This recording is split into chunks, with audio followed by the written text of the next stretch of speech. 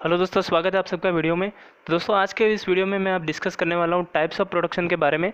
और ये दोस्तों बेसिकली बीकॉम सेमेस्टर 4 के स्टूडेंट्स के लिए बहुत ही यूज़फुल रहने वाला है। जो नॉर्थ गुजरात यूनिवर्सिटी के स्टूडेंट्स हैं उसके लिए बहुत ही यूज़फुल रहने वाला है, क्योंकि मैं उनके ही टॉपिक्स कवर कर रहा हूँ यहाँ पे। और ये एक पार्ट है production and production management chapter का। तो अगर आपको ये आगे के जो वीडियोस है उसको देखने हो, मतलब आगे के जो पॉइंट्स है उसको देखने हो, तो मेरे जो फर्दर वीडियोस मैंने डाले हुए हैं वो आप देख सकते हो। मैंने उसकी लिंक डिस्क्रिप्शन में दी हुई है, वहाँ पे जाके आप चेक कर सकते हो।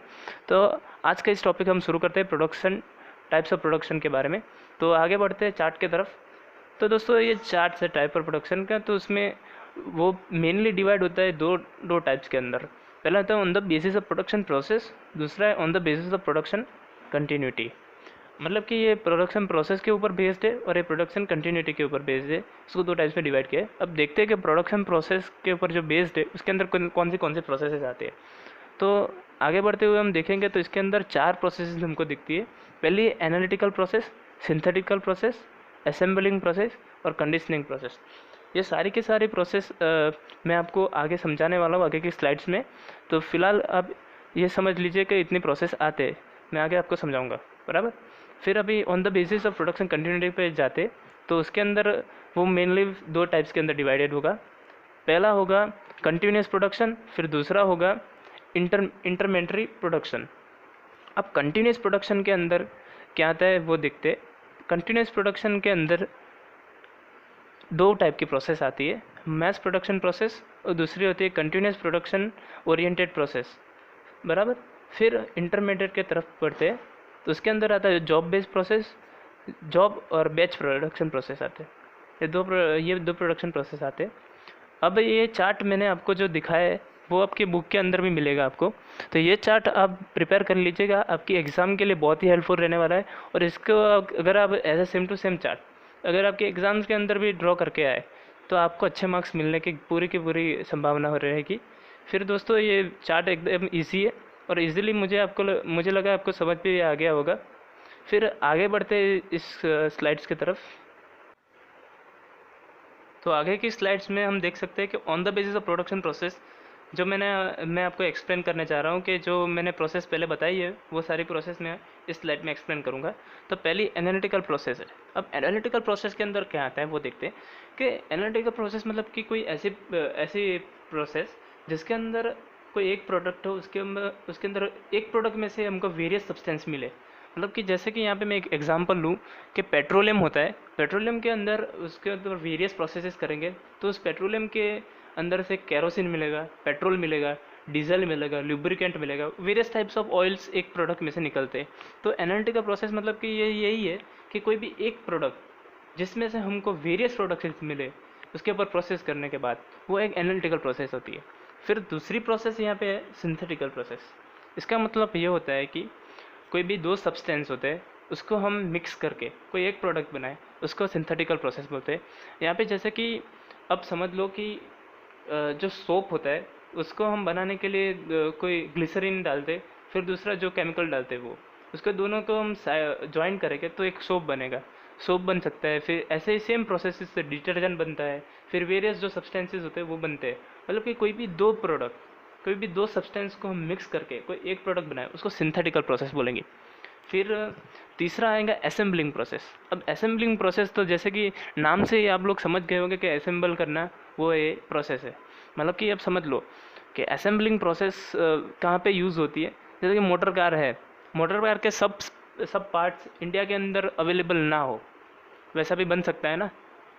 तो कोई फॉरेन से पार्ट आता हो, वो सारे के सारे पार्ट्स यहाँ पे फिर आके असेंबल होंगे। मतलब कि आप समझ लो कि कोई भी कार है, मैन्युफैक्चर करने वाली कोई भी यूनिट है, वो सब के सब प्रोडक्ट तो बनाएंगी नहीं अपने यहाँ पे, बराबर। जैसे कि कार का इंजन कोई दूसरी कंपनी बनाती हो, उसकी बॉडी फ्रेम कोई दूसरी कंपनी बनाती हो, उसके ग्लासेस कोई दूसरी कंपनी बनाती हो, वो सब के सब जहाँ जहाँ हमने अपने जॉब करने के लिए मतलब जॉब वर्क पे जो दिए हैं वेरियस पार्ट्स, वहाँ से हम कलेक्ट करेंगे, फिर उसको असेंबल करके एक सिंगल कार बनाएंगे। ये होगी असेंबलिंग प्रोसेस। आपको इजीली समझ में आ गया होगा क्योंकि ये प्रोसेस आप सब ज़्यादातर लोग फेमिलियर हो गए इस प्रोसेस के, इसलिए ये जल्दी समझ में आ गया होगा। फिर दूसरी कंडीशनिंग प्रोसेस।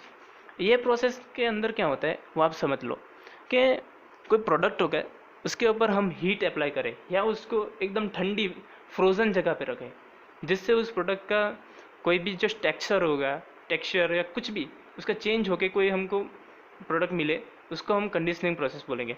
मतलब कि यहाँ पे आप समझ लो कि आइसक्रीम्स होती है, मिल्क को हम एकदम ठंडा कर देंगे, उसके अंदर जो भी डालने के बाद ठंडा कर देंगे तो फिर हमको आइसक्रीम बनेगी, बराबर। वैसे ही हम यहाँ पे किसी भी चीज़ को हीट अप्लाई करें तो उससे हमको जो चीज़ मिलेगी वो इसका एंड प्रोडक्ट होगा। और वैसे ही सेम टू सेम यहाँ पे वाटर होता है, उसको भी हम बर्फ़ बनाने के लिए फ्रीज़र में डालेंगे, डीप फ्रीज़र में, तो उसके अंदर क्या मिलेगा हमको, आइस क्यूब मिलेगा। फिर वैसे ही मतलब कंडीशनिंग प्रोसेस मतलब क्या, उसके ऊपर हम कोई भी वेरियस हीट या फिर कोल्ड, ये दोनों में से कोई भी चीज़ अप्लाई करके कोई प्रोडक्ट बनाए, उसको हम कंडीशनिंग प्रोसेस बोलेंगे, उसके कंडीशनिंग करेंगे, उसको हम कंडीशनिंग प्रोसेस बोलेंगे। फिर आगे की प्रोसेस हम नेक्स्ट स्लाइड में देखते हैं। तो बढ़ते हैं हम आगे की स्लाइड की तरफ। तो यहाँ पे देखो कि on the basis of production continuity, मतलब कि अब ये जो है वो दूसरा पॉइंट आया है on the basis of production continuity में। तो उसके अंदर मेनली 2 पॉइंट्स है, कंटिन्यूस प्रोडक्शन और इंटरमेंटरी प्रोडक्शन। अब कंटिन्यूस प्रोडक्शन क्या होता है कि कोई भी प्रोडक्ट है उसको हम बनाएं, उसकी ना हम साइज़ चेंज करेंगे, ना उसका कलर चेंज होगा, ना उसके प्रोडक्शन की कोई कैपेसिटी चेंज होगी। मतलब कि जैसे कि हम लोग ने जो डिसाइड किया हुआ है कि फॉर एन एग्जांपल एक चीज़ बनानी है जो सेम साइज़ की हो, सेम कलर की हो, उसको हम मशीन में डालेंगे, उसके अंदर जो मशीन यूज़ होगी वो भी सेम होगी, उसके अंदर जो लेबर यूज़ होगा वो भी सेम होगा, उसके अंदर जो कैपिटल यूज़ होगा वो भी सेम होगा। मतलब कोई भी चेंजेस करे बिना हम प्रोडक्शन करते ही जाए, वो प्रोडक्ट का साइज़, कलर, सब कुछ सेम टू सेम है, उसको हम कंटिन्यूस प्रोडक्शन बोलेंगे, बराबर। कंटिन्यूस प्रोडक्शन जैसे कि नाम से ही हमको पता चल रहा है ना, कंटिन्यूसली सेम प्रोसेस चलती जाएगी उस प्रोडक्ट के बारे में, और एंड प्रोडक्ट भी सेम ही होगा। मतलब कि एक टाइप के आप समझ लो कि जेरोक्स मशीन होती है ना, वो हम जैसे कि कोई भी एक चीज़ की हमको जेरोक्स करानी हो, उसकी हम 1 कॉपी कटा सकते हैं, 2 कॉपी कटा सकते हैं, जितनी भी कटानी हो वो करा सकते हैं ना हम लोग, वो सेम टू सेम ही आने वाली है, उसकी साइज़, कलर, उसमें कोई भी चेंजेस नहीं होगा, वो सेम ही है, कंटिन्यूस प्रोडक्शन। उसके अंदर मेनली 2 प्रोसेसेस होती है, एक मैस प्रोडक्शन प्रोसेस, फिर कंटिन्यूस प्रोसेस ओरिएंटेड प्रोसेस, बराबर। तो यहाँ पे मैस प्रोडक्शन प्रोसेस के अंदर क्या होता है कि कोई भी प्रोडक्ट हो, बराबर, जिसको हमको प्रोड्यूस करना हो एकदम मास स्केल में। मतलब कि जैसे कि हमको समझ लो कि हमको पेन बनानी हो, हमको पेन के बहुत सारी यूनिट्स बनानी हो, तो मास प्रोडक्शन के अंदर आएगा। उसको पेन बनानी हो, उसके अंदर कोई हमको चेंजेस भी ना करने हो, जैसे कि कलर भी सेम ही रखा होगा बॉडी का, बराबर। तो मैस प्रोडक्शन के अंदर जो हम लोग ने पेन बनाने का डिसाइड किया है वो सेम टू सेम प्रोडक्शन होता ही जाएगा, बहुत ही मैस अमाउंट में होएगा, उसको मैस प्रोडक्शन। तो आगे बढ़ते हैं, जैसे कि आप लोग ने समझ लिया होगा कि मैस प्रोडक्शन क्या है, फिर हम आगे बढ़ते हैं कंटिन्यूस प्रोसेस ओरिएंटेड प्रोडक्शन की तरफ। तो इस प्रोसेस के अंदर क्या होता है कि जैसे कि हम लोग ने पिछले प्रोसेस के अंदर हम लोग ने कोई भी मशीनरीज या लेआउट हम लोग ने चेंज नहीं की है, और हम लोग ने प्रोडक्शन कंटिन्यूस रखा हुआ है, तो उसको हम मैस प्रोडक्शन बोलेंगे, और वो एकदम ह्यूज अमाउंट में हो रहा है, बराबर। इस चीज़ में अंदर क्या होगा कि ह्यूज अमाउंट में तो होगा प्रोडक्शन, पर इसके अंदर हम लोग मशीनरी जो होगी वो हम लोग चेंज करेंगे। जैसे कि अब समझ लो कि कोई भी एक चीज़ बनानी हो हमको, हमारी डेयरी प्रोडक्ट की इंडस्ट्री है, बराबर, इसके अंदर हम आइसक्रीम्स बनाते हैं, फिर बटर बनाते हैं और बटर मिल्क भी बनाते हैं, वेरियस चीज़ बनाते हैं हम लोग जो मिल्क प्रोडक्ट से रिलेटेड हो, बराबर। उसके अंदर जो हम करेंगे वो कैसे करेंगे, अब जैसे कि बटर बनाने का मशीन होगा वो आइसक्रीम बनाने के मशीन से डिफरेंट होगा, बराबर। और वो सेम बटर मिल्क की तरफ भी होगा, बटर मिल्क का भी बनाने का मशीन अलग होगा ना। तो वैसे ही हम देखने चाहें कि कोई भी एक प्रोडक्ट हो, वो इसके रॉ मटेरियल की बात कर रहा हूँ, प्रोडक्ट मतलब कि जो हम रॉ मटेरियल कोई एक मशीन के अंदर जा रहा है, वो ऑटोमेटिकली उसको जो भी प्रोसेस करना है उसके ऊपर, वो करने के बाद जो हमको एंड प्रोडक्ट चाहिए वो मिल जाए, उसको हम यहाँ पे कंटिन्यूस प्रोडक्शन बोलेंगे, ओरिएंटेड प्रोडक्शन बोलेंगे, कंटिन्यूस ओरिएंटेड प्रोडक्शन बोलेंगे। मतलब कि आप समझ लो कि जैसे कि आइसक्रीम बनाने का मशीन है, उसके अंदर हम लोग ने रॉ मटेरियल डाल दिए, फिर वो ऑटोमेटिकली जो आइसक्रीम्स के जो कप्स हो गए वो बनाते जाएगा, वो भी मैसिव अमाउंट में बनाएगा, बराबर। वो उस प्रोडक्शन को भी हम कंटिन्यूस प्रोडक्शन बोलेंगे। सेम चीज़ हम बटर बनाने के लिए भी यूज़ करेंगे, वो भी डिफरेंट मशीन होगा, मशीन अलग अलग पर प्रोसेस एक ही, और वो भी ऑटोमेटिकली हो रही हो और कंटिन्यूसली चली जा रही हो, उसका हम कंटिन्यूस प्रोसेस ओरिएंटेड प्रोडक्शन बोलेंगे, ठीक है। फिर आगे बढ़ते हैं हम इंटरमेडिएट प्रोडक्शन की तरफ। ये आ गया दूसरा पॉइंट। तो इंटरमेडिएट प्रोडक्शन मतलब कि क्या होता है वो हम समझे पहले। तो उसका मतलब ये होता है कि पहले जो कंटिन्यूस प्रोडक्शन होता है उसमें क्या होता था कि हम लोग कोई भी चीज़ उसका साइज़, कलर या कुछ भी टेक्सचर हम लोग चेंज नहीं कर रहे थे, और प्रोडक्शन के हम कंटिन्यूसली करे ही जा रहे थे। इसके अंदर क्या होगा कि हम प्रोडक्शन तो करते ही जाएंगे, पर इसके अंदर हम लोग को डिफरेंट साइज़ चाहिए, डिफरेंट कलर भी चाहिए, और उसका टेक्सचर भी डिफरेंट चाहिए। तो ये सब पॉसिबल होगा इस प्रोसेस के अंदर। तो ये बेसिकली जो प्रोसेस होगी वो मेनली डिवाइड होगा दो प्रोसेस की तरफ, जॉब प्रोडक्शन और बैच प्रोडक्शन की तरफ डिवाइडेड होता है। और इस ये दोनों प्रोसेस है ना, उसके अंदर ही ये सब चीज़ पॉसिबल होती है। जैसे कि मैं एक एग्जांपल देता हूँ कि हमको कोई भी कार बनानी हो, टॉय कार, मैं टॉय कार की बात कर रहा हूँ, टॉय कार बनानी हो, उसको हमको 1000 यूनिट टॉय कार के बनाने हो, उसमें से 500 जो टॉय कार की यूनिट है उसके अंदर हमको रेड कलर चाहिए, और उसकी साइज़ होगी साइज़ एक नॉर्मल टॉय कार की होती है ऐसे चाहिए, बराबर। फिर दूसरे जो 500 यूनिट हमको बनाने हो उसके अंदर हमको कलर भी अलग चाहिए, जैसे कि येलो कलर की कार चाहिए, और वो बड़ी वाली चाहिए, बड़ी वाली टॉय कार रहती है ना, वो चाहिए। तो मतलब कि यहाँ पे आप समझ सकते हो कि कंटिन्यूसली हमारी वो होगा नहीं, कंटिन्यूटी ब्रेक होगी यहाँ पे हम, फिर एक प्रोडक्शन की कंटिन्यूटी ब्रेक होगी, इसलिए ये डिफरेंट प्रोसेस के अंदर आता है, बराबर। तो बेसिकली क्या होता है कि जॉब फिर हम बात करते हैं आगे की तरफ, यहाँ पे दो प्रोसेस के अंदर डिवाइडेड है, बराबर, जॉब और बैच की तरफ। यहाँ पे हम जॉब में बात करते हैं कि जॉब में क्या है, बराबर। जॉब प्रोडक्शन में हम जो कस्टमर की डिमांड हो, जो कस्टमर चाहे ऐसा हम प्रोडक्ट बना के दे, उसको हम जॉब प्रोडक्शन बोलेंगे।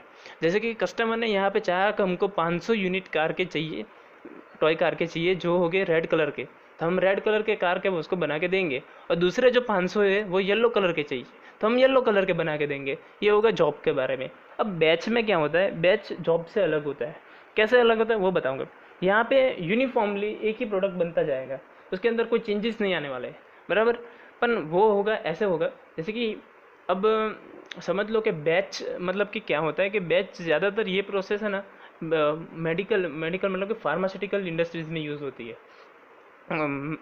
अब समझ लो कि हाइड्रोक्सी क्लोरोक्वाइन नाम की एक दवा है, उसको हमको बनानी हो, तो हाइड्रोक्सी क्लोरोक्विन की जो टैबलेट्स बनती है वो एक बैच के अंदर रेडी होके हो गई, जिसका नाम देंगे बैच ए।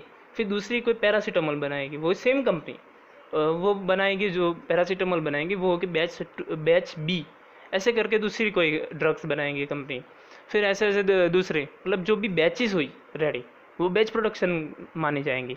अब वो एक बैच की तरह बना है, बैच के अंदर जो यूनिट्स होगी वो कंपनी डिसाइड करेगी। जैसे कि जो भी हो, ऐसे समझ लो कि हाइड्रोक्सीक्लोरोक्विन की 1000 बनी है, दूसरी जो पैरासीटामोल की उसकी 2000 बनी हो। वैसे वो वेरियस अलग अलग बैचेस के अंदर अलग अलग हो सकती है, जैसे कि कस्टमर की डिमांड के ऊपर। पर इसमें एक चीज़ रहेगी कि ये जॉब प्रोडक्शन से अलग इसलिए है क्योंकि इसमें यूनिफॉर्मली एक ही चीज़ बनती जाएगी, बराबर। वो जॉब के अंदर क्या होता है कि हमको कलर भी अलग चाहिए, ये भी साइज़ भी अलग चाहिए, वो सब पॉसिबल होता है। पर ये बैच प्रोडक्शन के अंदर ये चीज़ पॉसिबल नहीं होगी। 1000 यूनिट हो गए तो 1000 के 1000 यूनिट सेम ही चीज़ के हो गए।